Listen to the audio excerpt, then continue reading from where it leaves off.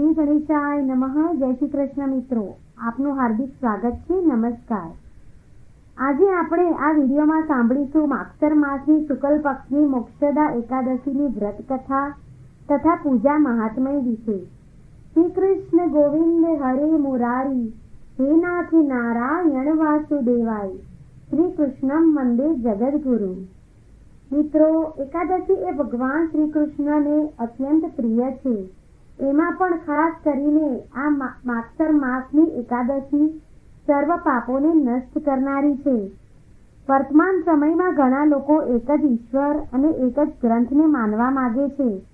આવા સમયમાં શંકરાચાર્ય ગીતા મહાત્મ્યમાં બતાવે છે કે જો કોઈ એક જ ઈશ્વરની પૂજા કરવા માંગે તો એ દેવ છે, દેવકીના પુત્ર શ્રી કૃષ્ણની. અને જો કોઈ ગ્રંથ વાંચવા માંગે તો એ શ્રી કૃષ્ણના શ્રીમદ ભાગવત ગીતાને વાંચી શકે છે. અને જ્યારે આ ભગવદ્ ગીતા વંચાય તે દિવસ હતો મોક્ષદા એકાદશી. આ દિવસે ભગવાન શ્રી કૃષ્ણએ ભગવદ્ શ્રીમદ ગીતાનો સનાતન ઉપદેશ પ્રદાન કર્યો હતો, જે આટલા વર્ષો બાદ પણ આપણા માટે આટલું ઉપયોગી અને પવિત્ર છે. આ મોક્ષદા એકાદશીને ગીતા જયંતીના નામે ઓળખાય છે. આ દિવસનો વિશેષ મહત્વ એ છે કે આ દિવસે ભગવદ્ ગીતાનો ગ્રંથ અને સંદેશનું દાન અધિકથી અધિક લોકોમાં કરવું જોઈએ. તો ચાલો ગીતા જયંતીના આ અવસર પર આપણે શરૂ કરીએ મોક્ષદા એકાદશીની મધુર કથા. એક સમયની વાત છે જ્યારે ધર્મરાજ યુધિષ્ઠિરે શ્રી કૃષ્ણને પૂછ્યું કે હે કેશવ, માગસર માસમાં કઈ એકાદશી આવે છે, તેનું મહત્વ શું છે? આ સાંભળીને ભગવાન શ્રી કૃષ્ણ બોલ્યા કે હે રાજન, માગસર માસમાં આવનારી પરમ કલ્યાણકારી એકાદશીને મોક્ષદા એકાદશી કહે છે.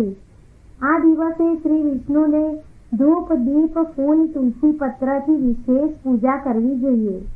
હવે હું તને પુરાણોમાં લખાયેલી મોક્ષદા એકાદશીની કથા સંભળાવું છું. આનું માત્ર શ્રવણ કરવાથી વ્યક્તિને અશ્વમેધ યજ્ઞ કરવાનું ફળ પ્રાપ્ત થાય છે.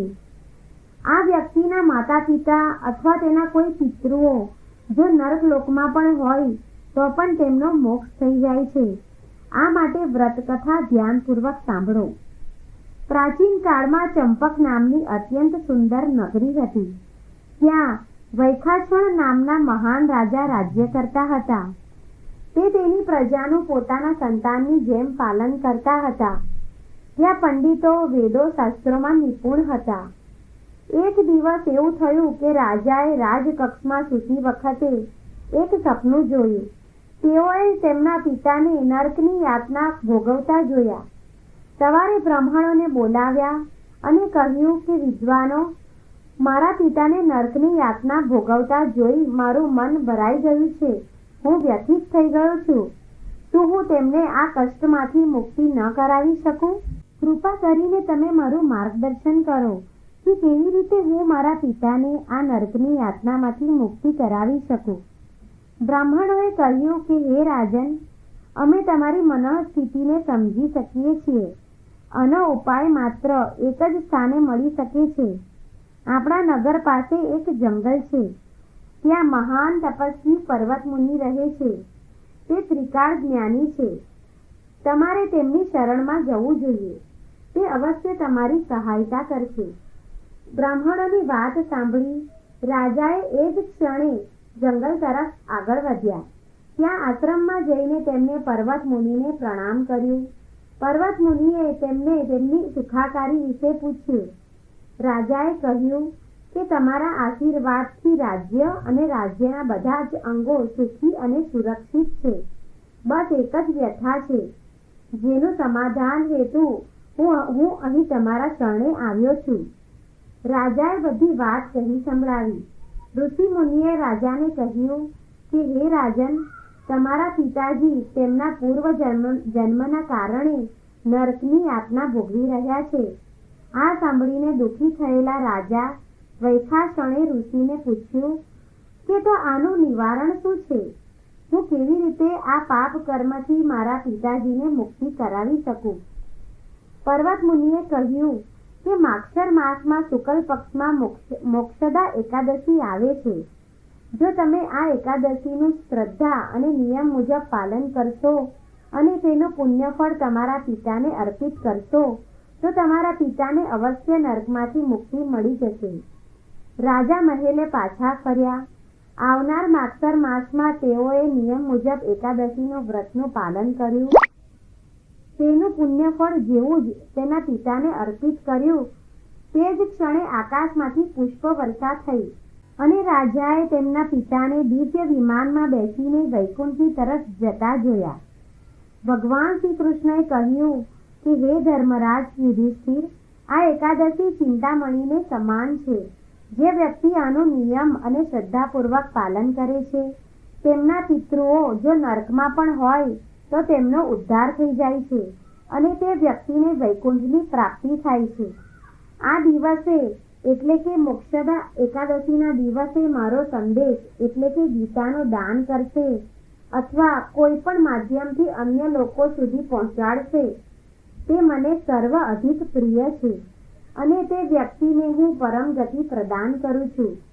તો તમે સમજી ગયા હશો કે આ દિવસનો વિશેષ મહત્વ શું છે. મોક્ષદા એકાદશી ગીતા જયંતિના દિવસે શ્રીમદ ભગવદ્ ગીતાજીનું દાન કરવું એ પરમ શ્રેષ્ઠ છે. આ દિવસે આપવામાં આવેલું એક ગીતાજીનું દાન કરોડો ગણું પુણ્ય ફળ પ્રાપ્ત કરાવે છે.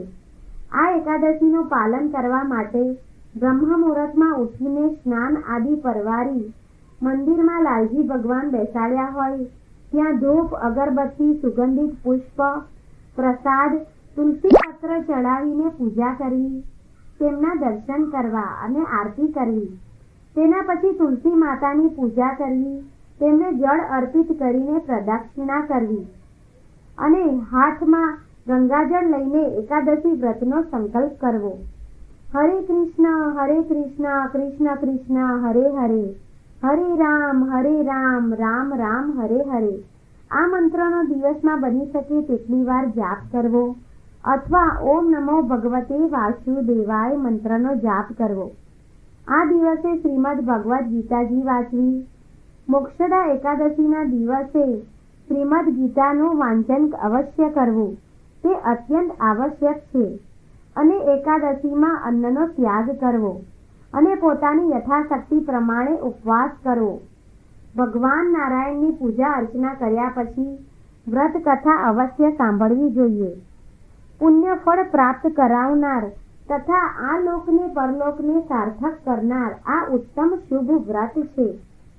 આપણા હિન્દુ શાસ્ત્રો પ્રમાણે ભગવાન શ્રી કૃષ્ણએ દ્વાપર યુગમાં માગસર માસના શુક્લ પક્ષની એકાદશીએ અર્જુનને ગીતાનો ઉપદેશ આપ્યો હતો અને આ જ માગસર માસની એકાદશી મોક્ષદા એકાદશી એ ગીતા જયંતિ તરીકે ઉજવાય છે. જો મિત્રો તમને આ વ્રત કથા પસંદ આવી હોય તો આ વિડીયોને લાઈક કરો, તમારા સગા સંબંધીઓ સાથે શેર કરો અને ચેનલને તમે પહેલી વાર જોઈ રહ્યા હોય તો સબસ્ક્રાઇબ જરૂર કરો. જય શ્રી કૃષ્ણ.